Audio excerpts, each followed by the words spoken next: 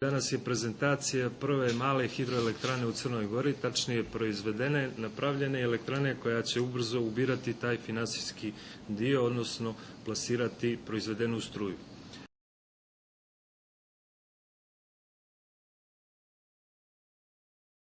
Ovo je prva elektrana, znači u Crnoj Gori koja je urađena i prva elektrana koja je domaćom pameću urađena. Projektni zadatak je bio da se ambijentalno iskoristi uklopi i da se vodotok Svetigore kod manastira Morače iskoristi.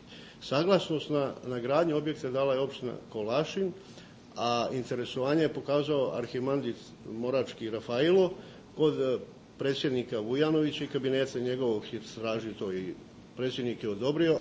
Proizvodi, rekao sam, 50 do 60 hiljada. To je znači zavisi od kišnosti godine, kako bismo rekli. Njena investicija ove elektrane, znači ove snage 12 kV,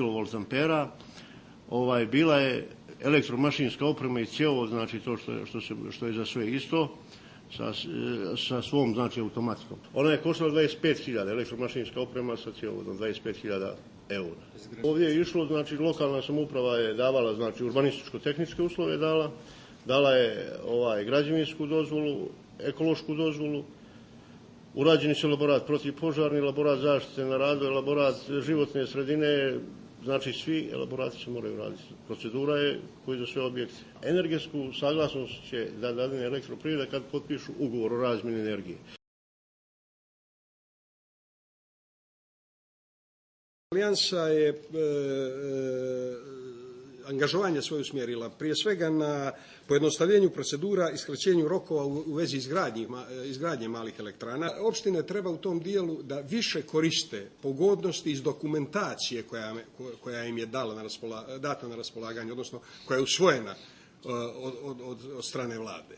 Znači, tu su te pogodnosti kriju, znači mogućnost da opštine na svom nivou daju koncesije, da prave, kako bi se reklo, pregled stanja po pitanju hidroenergije na svom području i da elegantno završavaju to s našim predlogom čak i za jedan dan da se dobije 1-2 papira. Zašto bi se to čekalo? Jer je strašno to važno za porodični biznis.